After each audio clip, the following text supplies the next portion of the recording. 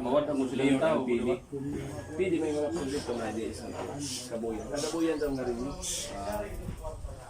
Kabuyan. Traffic kaya yung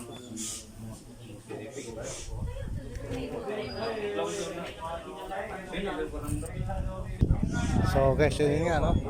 Yung ating celebrant na yung aking apo, si Lia, ay celebrate ng birthday. So yun, at least kahit pa paano nakaraos at lahat ng ninong-nina, mga bisita is full enjoyment talaga sa lugar.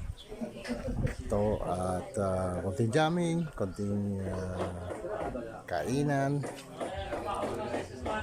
Okay na. At ito